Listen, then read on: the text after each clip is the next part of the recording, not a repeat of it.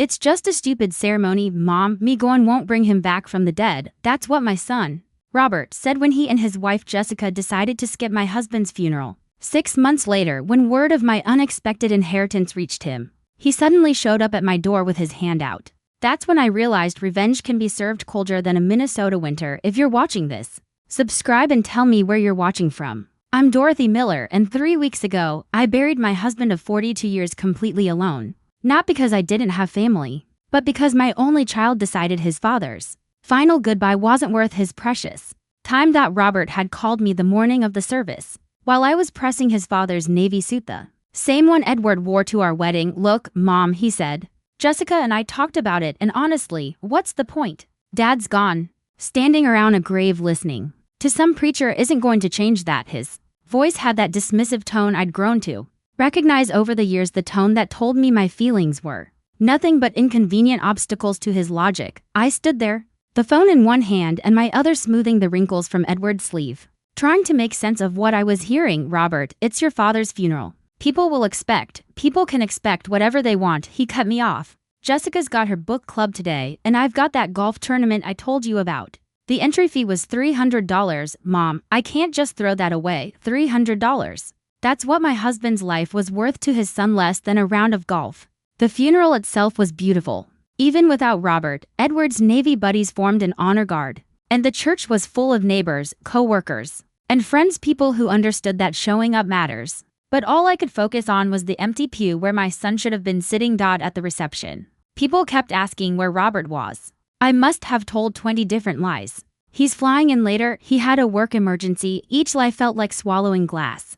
But the truth was too humiliating to speak. That was 3 weeks ago. This morning, everything changed when I received a certified letter from Edward's attorney revealing a secret my husband had kept for decades. And now, as I watch Robert's BMW pull into my driveway for the first time since Christmas, I can't help but smile. He has no idea what's coming. He knocked on my door at exactly 10:30. That alone told me this wasn't a social visit. Social visits don't come with appointments. And they don't happen on weekday mornings when normal people are at work. Hi, Mom, he said, stepping inside without waiting for an invitation. Jessica trailed behind him, clutching her designer purse so tightly her knuckles were white. She wouldn't meet my eyes' guilty conscience. Maybe this is a surprise, I said. Though it really wasn't. News travels fast in small towns. And I'd been expecting this visit since yesterday when Edward's attorney mentioned he'd been getting calls. Robert settled himself into Edward's recliner without being asked, while Jessica perched nervously on the edge of the sofa. They both looked around my living room, like they were mentally cataloging everything, probably not far from the truth. So, Robert said, clearing his throat, I heard from Tom Stevenson that Dad's attorney has been trying to reach me about some paperwork. Of course, Tom Stevenson, Edward's old fishing buddy who couldn't keep his mouth shut if his life depended on it. I'd specifically asked Mr. Harrison to be discreet, but apparently that was too much to expect in a town of 8,000 people. Is that so? I picked up my coffee and took a slow sip, letting him sweat a little. What kind of paperwork? Jessica shifted awkwardly. Mrs. Miller, we heard there might be some assets that need to be settled from Edward's estate. Assets? Not your father's things, not family inheritance, no assets. Like Edward was nothing more than a collection of items to be liquidated. Well, I said carefully, your father did leave some things behind, but I assumed you weren't interested in anything connected to him. Considering you couldn't be bothered to attend his funeral. Robert's jaw tightened. Mom, we've been through this.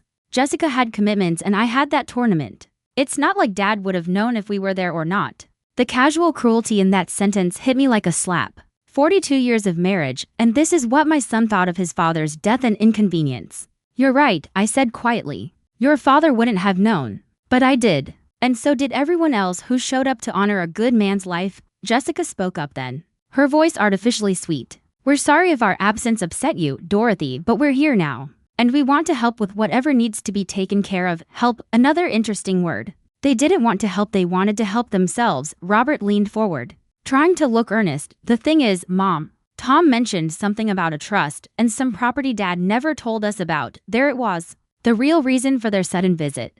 Not concern for me, not belated grief for Edward, but money. With these two, it was always about money. I set my coffee cup down and looked at my son. Really looked at him. When had he become this stranger sitting in his father's chair? When had his eyes turned so cold, so calculating? Your father kept many things to himself, I said finally. Some of them might surprise you. Silence stretched between us, thick with all the questions they didn't want to ask outright. Robert and Jessica exchanged glances, and I could practically see the dollar signs dancing in their eyes. Maybe, I continued, standing up and smoothing my skirt, we should discuss this at a more appropriate time, say. When you're not treating this like a business meeting. Robert's mask slipped for just a moment.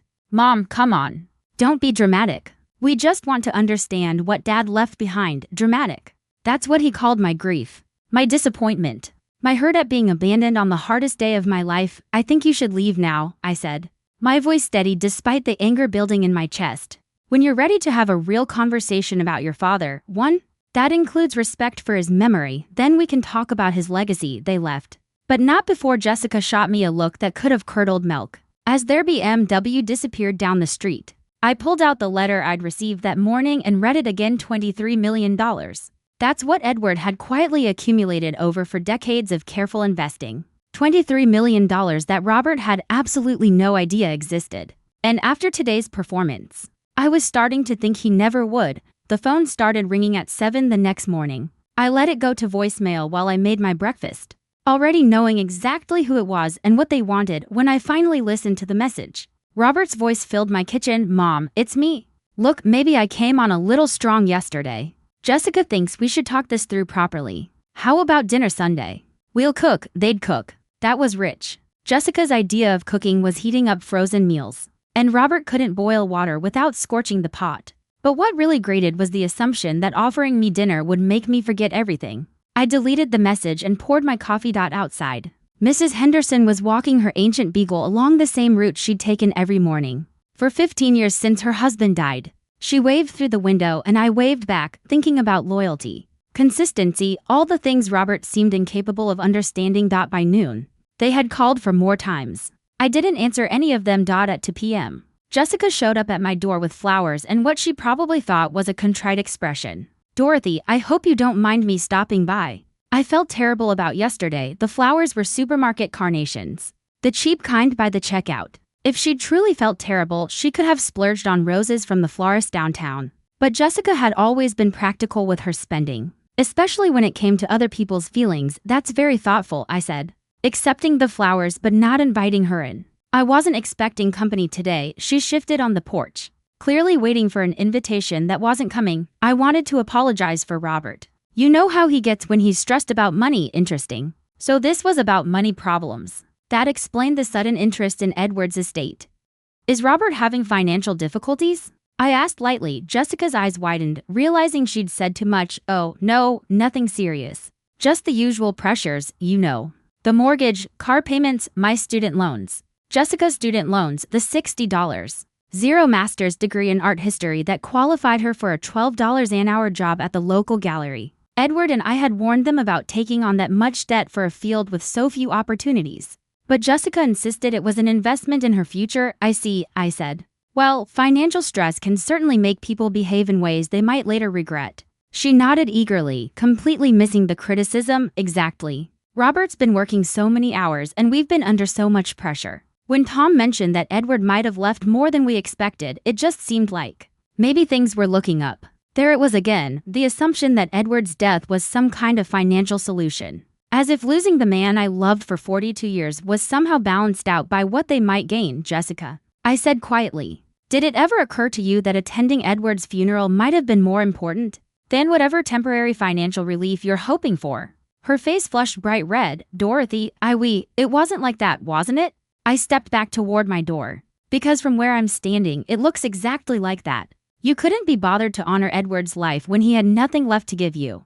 But now that there might be money involved, suddenly you want to be part of the family again. That's not fair, Jessica protested. What's not fair, I cut in, is burying your husband alone because your son values golf more than grief. What's not fair is making excuses for people who should have known better. I closed the door before she could respond, then watched through the window as she stood on my porch for a full minute, probably deciding whether she should ring the bell again. Eventually she turned and walked back to her car, still clutching those pathetic carnations. An hour later, my phone rang again. This time it was Robert, and his patience had clearly worn thin. Mom, what the hell is wrong with you? Jessica said you were completely unreasonable. She was trying to apologize. Your wife was fishing for information, I said calmly. There's a difference. Look, I get that you're upset about the funeral. But you can't punish us forever. We're family, family. That word meant nothing coming from him. Robert, let me ask you something, I said. If your father had died penniless, would you be calling me right now?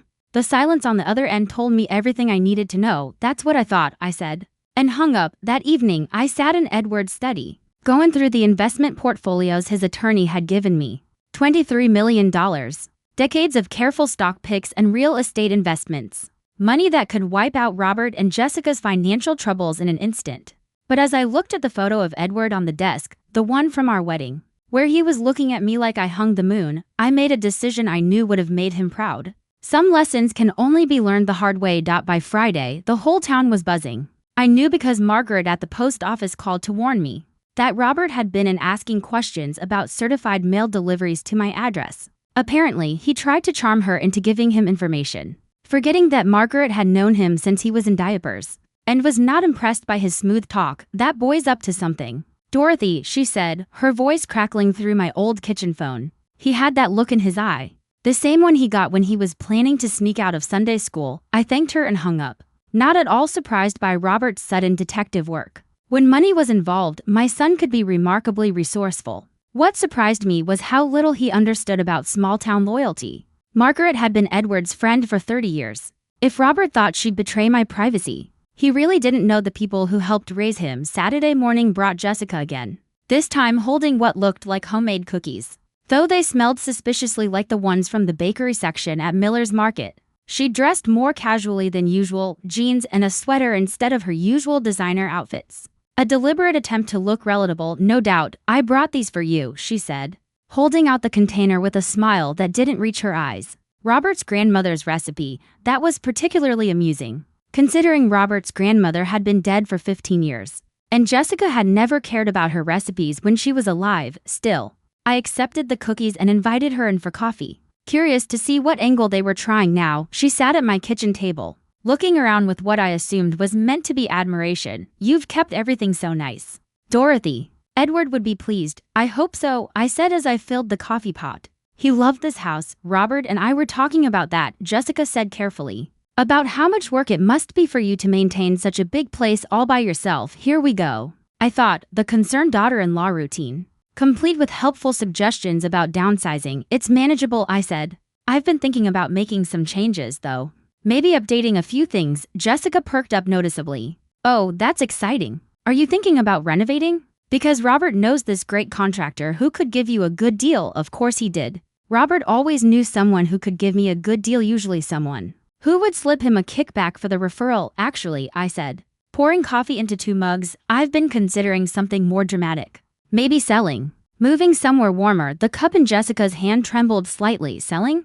But Dorothy, this house has been in Edward's family for generations. Surely you wouldn't want to let it go to strangers. Edward left the house to me, I said evenly. Which means I can do whatever I think is best, of course. Of course, I just meant well. Robert always assumed he'd inherit this place eventually. He's got so many memories here. Memories. Interesting choice of word, considering Robert had visited maybe 6 times in the past 5 years. Half of those visits spent complaining about the outdated kitchen and unreliable Wi-Fi. Robert will have to make his own memories in his own house, I said.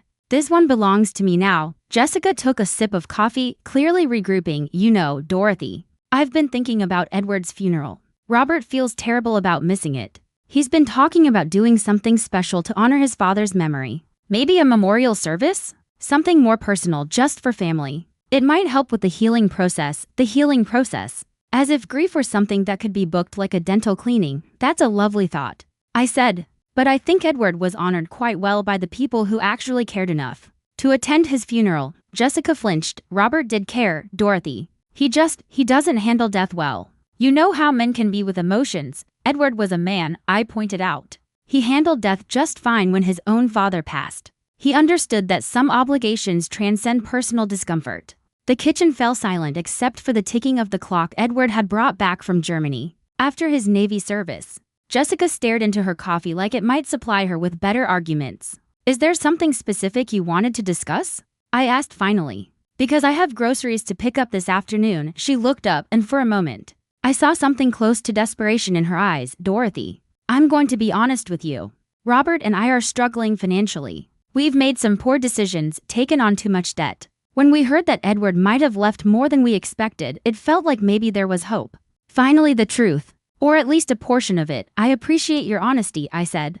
But I have to ask if Robert had attended his father's funeral. If he'd shown even the slightest respect for Edward's memory. Would you still be here asking me for money? Jessica's face crumpled. Probably not, she whispered. Then you understand why this conversation is difficult for me. She nodded. Real tears starting to form this time, not the rehearsed ones she'd attempted earlier. What would it take, she asked, for you to forgive him? I stood and walked to the window, looking out at the garden Edward had spent years perfecting. That's not the right question, Jessica. The question is, what would it take for Robert to forgive himself?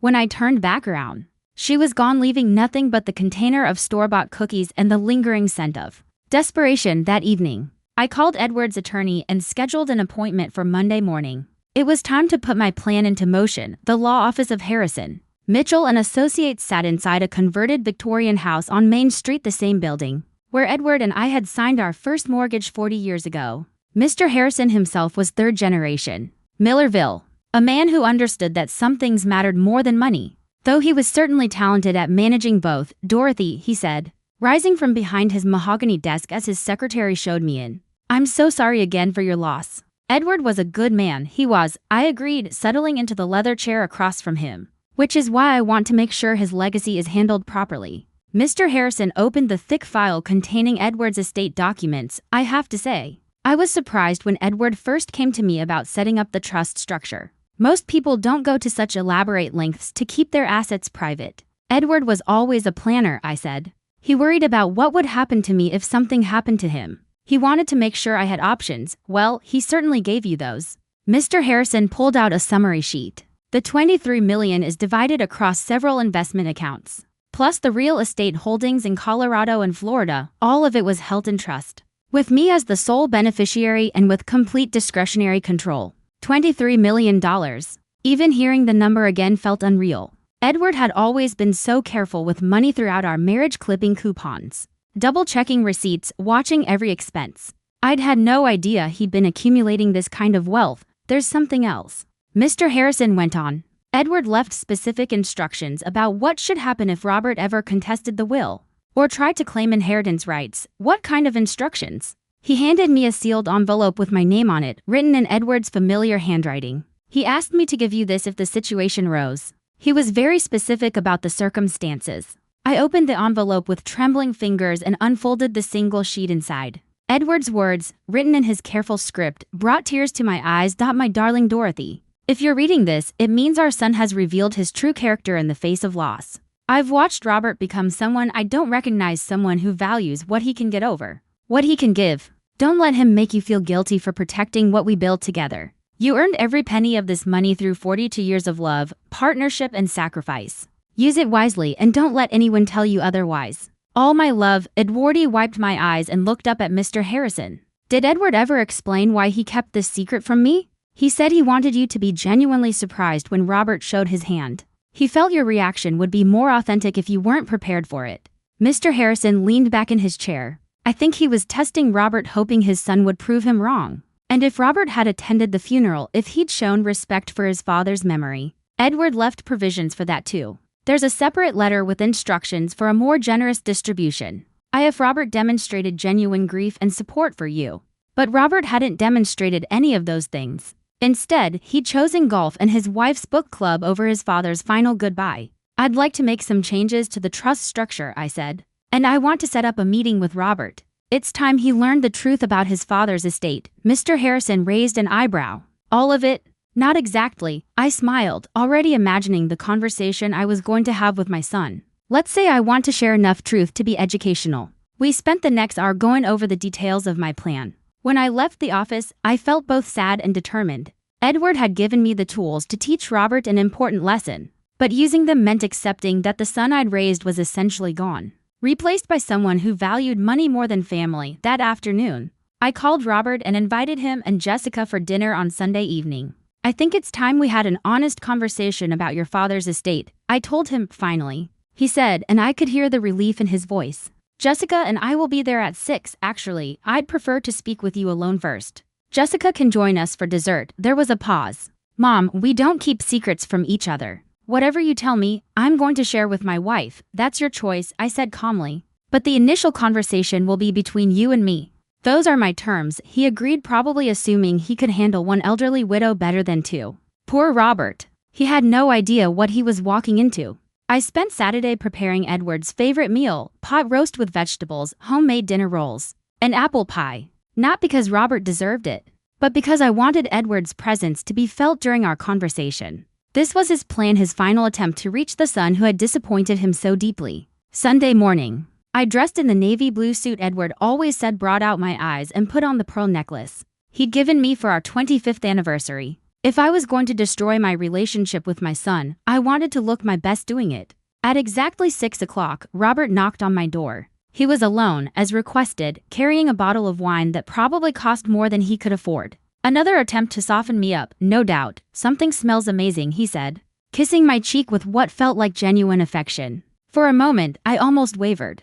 This was still my son, the little boy who used to bring me dandelions and call them flowers. But then I remembered standing alone at Edward's graveside, and my resolve hardened. Let's eat first, I said. We can discuss business afterward. Dinner was pleasant, almost normal. Robert complimented the food and told me about his work, carefully avoiding any mention of money or inheritance. He was trying so hard to be the perfect son that it almost broke my heart. After we finished the apple pie, I poured coffee and finally brought up the reason he was here. Your father did leave more than I initially told you. I began. Robert's eyes lit up with an emotion I'd come to recognize all too well, greed. How much more? He asked, setting down his coffee cup with hands that weren't quite steady. I pulled out a folder Mr. Harrison had prepared, filled with carefully chosen documents that revealed only a small fraction of Edward's actual wealth. I handed Robert a statement showing one of the smaller accounts. Your father had been investing for years without my knowledge, I said. This is what I found when I met with his attorney. Robert's eyes widened as he looked at the numbers. $300,000. To him, it probably looked like a fortune. He had no idea it was less than 2% of what Edward had truly left behind. 300,000? He whispered. Dad never said anything about having this kind of money. Your father was private about finances. I said. Even I didn't know about these investments until after he died. Robert went silent, probably calculating how much he thought he deserved. When he finally looked up, he had the same expression he wore as a child whenever he wanted something badly. Mom, this changes everything. With this money, you could hire help for the house, maybe travel, live more comfortably. And Jessica and I, well, we could really use some help with our debts. There it was. Not even 5 minutes after learning about the money. And he was already planning how to spend it. Actually, Robert, there's something we need to discuss about that. I pulled out another document, the one showing the trust structure Mr. Harrison had explained. This money isn't just sitting in a bank account. Your father set up a complex trust, and there are conditions attached to any distributions. Robert's face fell. What kind of conditions? Well, for one thing, any potential heirs must demonstrate what your father called family commitment and moral character. I was improvising now, but it felt right. He was very specific about what that meant, such as? He asked. I looked directly at him, seeing Edward's eyes but none of Edward's steadiness. Such as honoring family obligations, showing respect for family members both living and deceased, putting family above personal convenience. Robert actually had the decency to look uncomfortable. Mom, if this is about the funeral, it's about everything, Robert. The funeral was just the final example of a pattern your father had watched for years. I pulled out Edward's letter and read it aloud.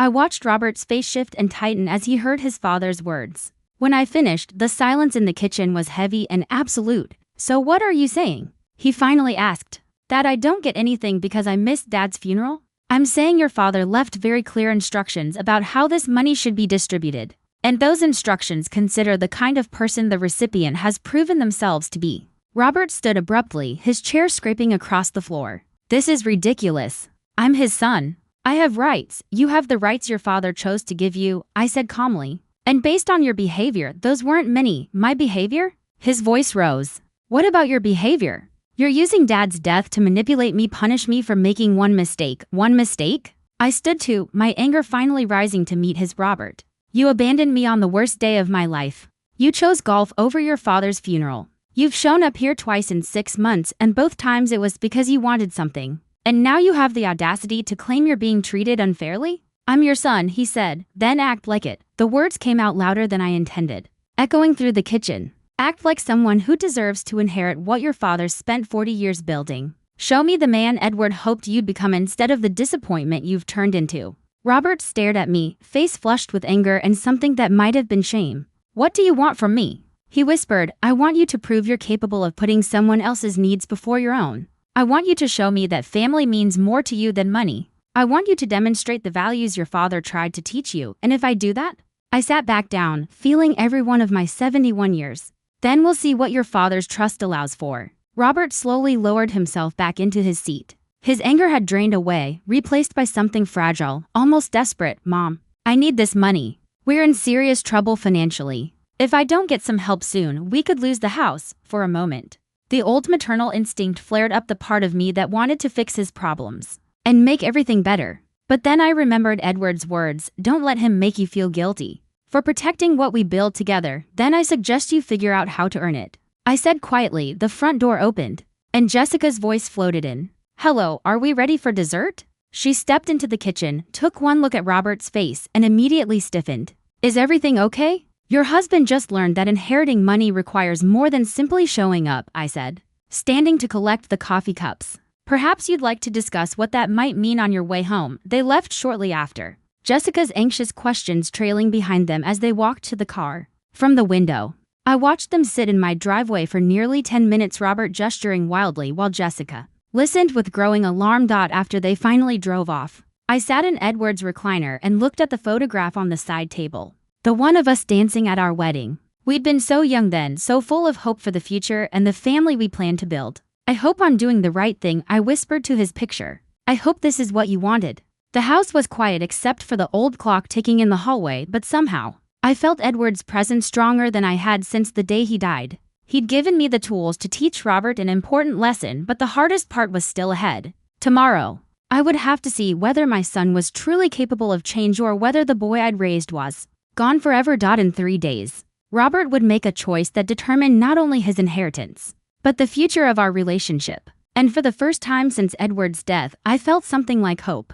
3 days went by with no word from Robert. I spent them sorting through Edward's papers, trying not to jump every time the phone rang. On Wednesday morning, I was watering the petunias Edward had planted when I saw Robert's car pull up. He was alone this time. He looked terrible, his usually perfect hair a mess, his clothes wrinkled as though he'd slept in them when he knocked. He didn't have his usual confident swagger. Mom, can we talk? I let him in and made coffee while he sat at the kitchen table, staring down at his hands. The silence stretched until he finally spoke. Jessica left me yesterday. I paused mid-pour. I'm sorry to hear that. She said she couldn't handle the uncertainty about the money. Said she didn't sign up to be married to someone who might never inherit anything. His laugh was bitter. Turns out she really didn't marry me for my sparkling personality. For the first time since Edward's funeral, I felt genuine sympathy for my son. That must be very painful. The thing is, Mom, he said, losing her made me realize something. When I told her about the trust conditions,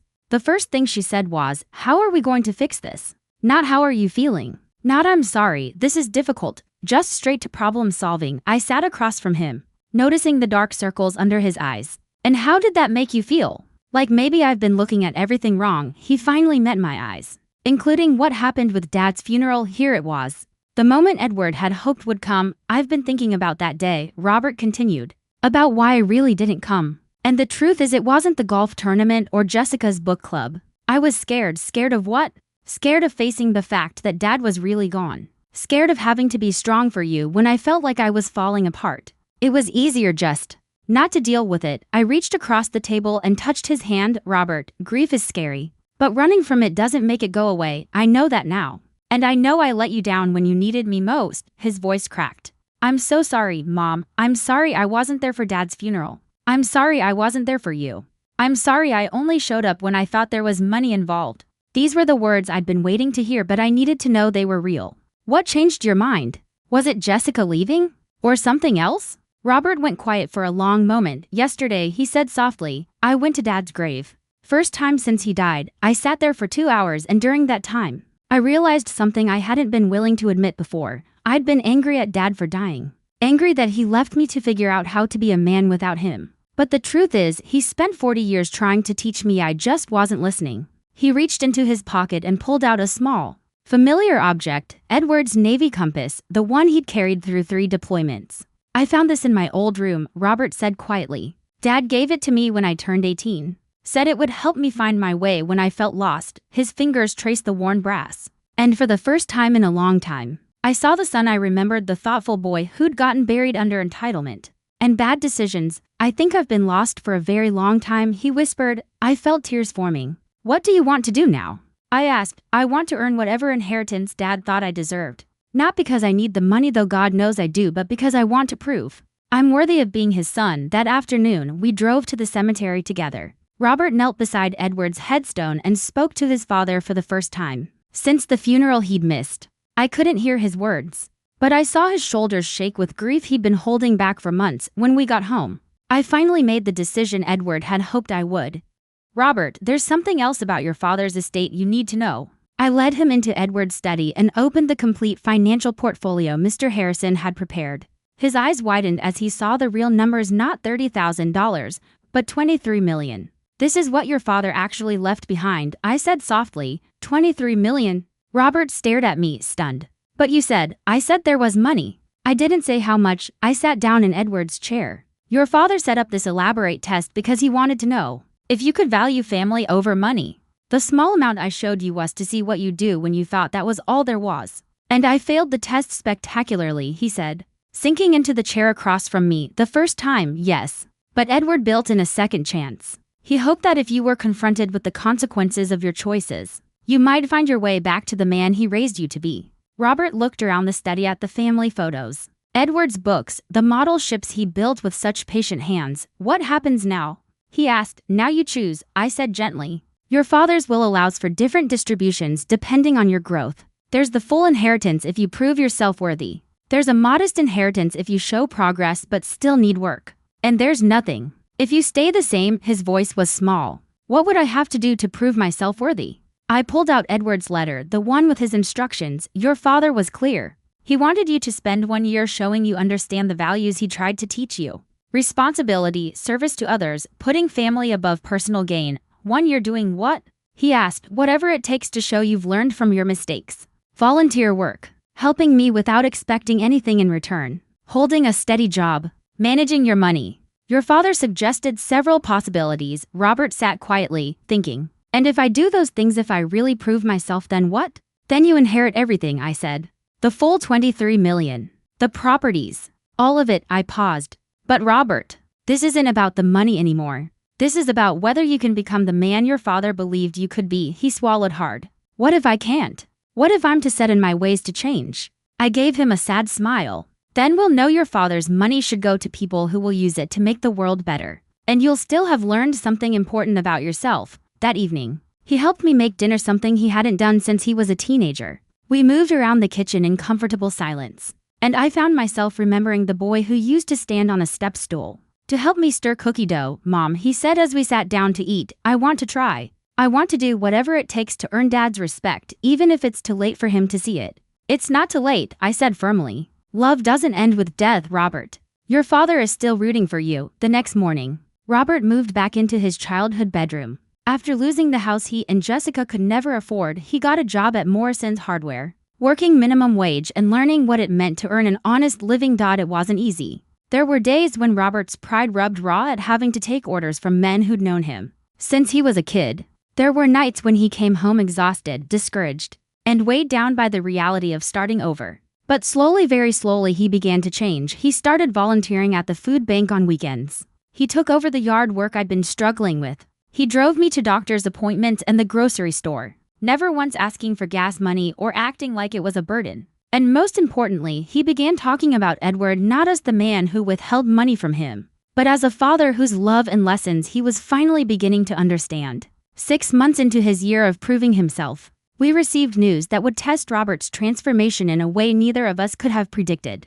The call came on a Tuesday morning while Robert was getting ready for work. Jessica's voice sounded different, smaller, frightened, stripped of its usual sharpness. Dorothy, I need to talk to you and Robert. It's important. She arrived an hour later, visibly pregnant and clearly struggling financially. Her designer outfits had been replaced with discount clothes and she looked like she'd been crying. "I'm for months along," she said without hesitation. "And before you ask, yes, it's Robert's baby." Robert sank heavily into a kitchen chair, his face pale. "Why didn't you tell me sooner?" "Because I was hoping I could handle this on my own," she said, her voice shaking. "But I can't afford prenatal care and I'm scared." Jessica looked at both of us with desperate, pleading eyes. "I know I have no right to ask for help after how I treated you. But this baby needs medical attention." I watched Robert carefully. I saw the tug-of-war happening behind his eyes. The old Robert would have used this moment to guilt me into loosening my wallet. The new Robert was hurt, deeply hurt, but also worried about his unborn child. "What do you need?" he asked softly. "I need help with medical bills." She hesitated. "And I need to know, is there any chance we could try again? I know I messed up, but maybe if the money situation gets resolved." There it was. Even now, even in desperation, she was calculating her angles. Robert looked at me, then back at her. "The money situation isn't getting resolved anytime soon," he said evenly. "I'm working at the hardware store for $8.50 an hour. I'm living in my childhood bedroom. If you're looking for a meal ticket, you're looking at the wrong guy. And your mother's inheritance isn't mine," he added firmly. "And even if it was, I wouldn't use it to buy back a wife who walked away the minute things got hard." Jessica's face crumpled. "Robert, please. I was scared and stupid, but I love you, do you?" he asked quietly. "Or do you love what you thought I could give you?" She didn't answer and her silence told us everything. "Here's what I'll do," Robert said after a long pause. "I'll help with the medical bills because this baby is my responsibility too. But that's it. If you want anything more, you'll have to prove you're capable of loving me when I have nothing to offer but myself." After Jessica left, Robert and I sat in the kitchen letting the moment settle. "That was well handled," I told him. "It hurt like hell," he admitted. Part of me wanted to tell her everything about Dad's money, promise her security, win her back. "What stopped you?" I asked. "Dad's compass." He took it from his pocket. "I've been carrying it every day. And every time I'm tempted to take the easy way out, I remember what he taught me about doing the right thing even when it's hard." Over the next few weeks, Robert proved he meant what he said. He set aside part of his tiny paycheck for Jessica's medical bills, even when it meant he couldn't afford new work boots after his old ones fell apart. He never mentioned the larger inheritance, never dangled it as a way to win her back. And when Jessica finally realized Robert truly had no access to wealth, she stopped calling. A month later, the divorce papers came along with a demand that Robert sign away his parental rights in exchange for her not seeking child support. Robert brought the papers to me, his hands trembling with anger. "She wants me to abandon my child the same way I abandoned Dad," he said. "She thinks if she can't get money from me, she might as well cut me out entirely." "What are you going to do?" I asked. "I'm going to fight for my rights as a father," he said fiercely. "This baby deserves better than a parent who treats children like bargaining chips." He tore up the papers. "Even if I never get a penny of Dad's inheritance," he said, "I won't let my child grow up thinking their father didn't want them." That night, I called Mr. Harrison and told him to prepare the documents for Robert's full inheritance. Edward's year-long test was finally over. My son had proven himself in the most important way possible. He'd chosen love over money, responsibility over convenience, and the hard right over the easy wrong. But I decided to wait a little longer before telling him. There was one more lesson Edward had wanted to teach, and it required Robert to keep believing that his good choices might never be rewarded. Robert's fight for his parental rights lasted 3 months and cost him every penny. He'd saved from his hardware store job. He borrowed money from friends, worked overtime whenever possible, and even sold his golf clubs, the same clubs he'd used in the tournament. That had kept him from Edward's funeral. I offered to help with legal fees multiple times, but Robert refused. "This is my responsibility, Mom," he said. "I got myself into this mess by marrying someone I didn't really know. I need to get myself out of it." The custody hearing was scheduled for a Friday morning in November. Robert had managed to scrape together enough money for a decent lawyer, though the stress was clear on his face. He'd lost weight and worry lines had settled permanently around his eyes. The night before the hearing, we sat in Edward's study, going over his testimony one more time. "What if I lose?" Robert asked. "What if the judge decides Jessica's right, that you're too financially unstable to be a father? Then you'll appeal, and you'll keep fighting until you win," I said firmly. "Because that's what fathers do. Even fathers who've made mistakes, especially fathers who've learned from them." The hearing was brutal. Jessica's lawyer painted Robert as an irresponsible man-child who'd never held a steady job and was currently living with his mother. They even brought up his absence from Edward's funeral as evidence of poor character. and an inability to handle responsibility. Robert's lawyer countered with documentation of his volunteer work, his steady employment for the past 8 months, and character references from his boss and co-workers. Most importantly, Robert testified about his own childhood, how much having an involved father had meant to him. "Your Honor," Robert said, his voice steady despite the nerves, "I know I've made mistakes. I know I haven't always been the man my father raised me to be. But this child will never doubt that they're wanted and loved. I will be there for every birthday, every school play, every difficult moment. I will be the father my own father taught me to be." The judge took 2 weeks to make a decision. During that time, Robert continued working, continued volunteering, continued proving every day that he had genuinely changed. The call came on a Tuesday afternoon. Robert had been granted joint custody, with the child spending equal time with both parents once they were old enough for overnight visits. Until then, he would have supervised visitation and share in all major decisions about the child's upbringing. Robert cried when he hung up the phone. 43 years old. And I don't think I'd seen him cry since he was 8 and broke his arm falling out of the apple tree in our backyard. "I'm going to be a father," he whispered, wonder and terror mixing in his voice. "You already are a father," I corrected him. "Now you're going to get the chance to prove it." That evening, I made Robert's favorite dinner and opened a bottle of wine Edward had been saving for a special occasion. As we ate, I watched him talk about the nursery he'd set up in his childhood room, the books he wanted to read to his child, and the values he hoped to pass on.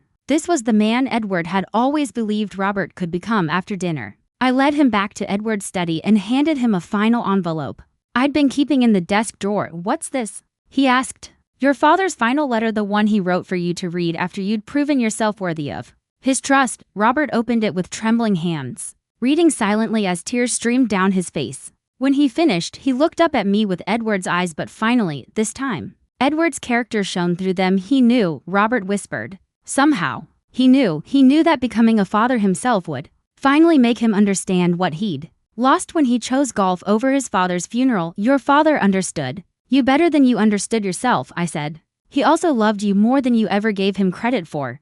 "What happens now, Mom?" I smiled and pulled out the inheritance papers Mr. Harrison had prepared months ago. "Now you become the man your father always knew you could be, and you do it with $23 million to help make the world a better place." 6 months later, I stood in the nursery Robert had created in what used to be Edward's workshop, watching him read Goodnight Moon to his daughter Emma. She was beautiful, with Robert's dark hair and eyes that seemed to hold the promise of all the wisdom she'd gained from a father who had learned the hard way how to be a good man. The money had changed our lives, but not in the ways I'd expected. Robert had quit his hardware store job, but only after giving 2 weeks' notice and training his replacement. He'd bought a modest house 3 blocks from mine, close enough for me to help with Emma, far enough to establish his independence. Most of the inheritance had gone into a foundation Edward had outlined in his final letters, focused on helping struggling families stay together and supporting single parents trying to improve their lives. Robert managed it with the same careful attention to detail he'd learned from watching Edward,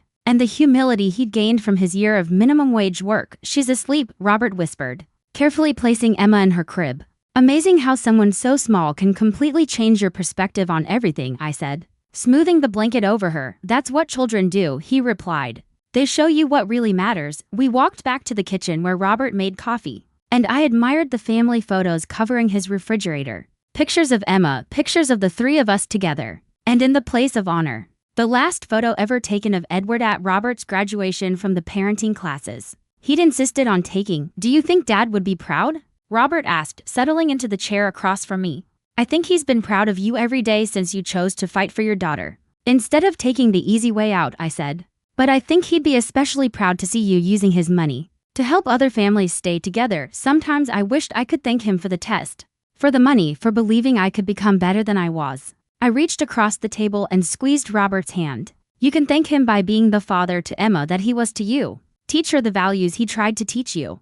Show her that people can change, that mistakes don't have to define us, and that family is the most important thing we'll ever have." Robert nodded, understanding passing between us without words. That night, as I drove home through the familiar streets of our small town, I thought about Edward and the elaborate plan he had devised to save our son. It had worked, but not without cost. The year of testing had been painful for all of us, and there were moments when I'd wondered if I was being cruel instead of loving.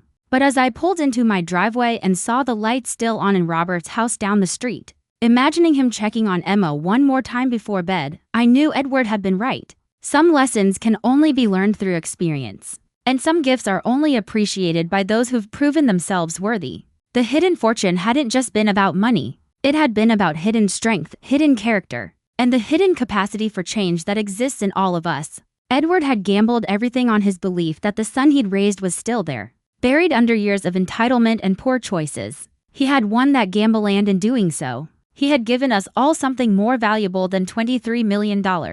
He had given us back our family. As I settled into Edward's recliner with a cup of tea, I could swear I heard his voice on the evening breeze, carried through the open window from the garden he loved. "Well done, Dorothy. Well done." Outside, the stars Edward used to point out to Robert when he was small shone down on a town where 3 generations of our family would now grow old together, bound not by money or obligation, but by the love that had been there all along, waiting patiently for us to remember its true value.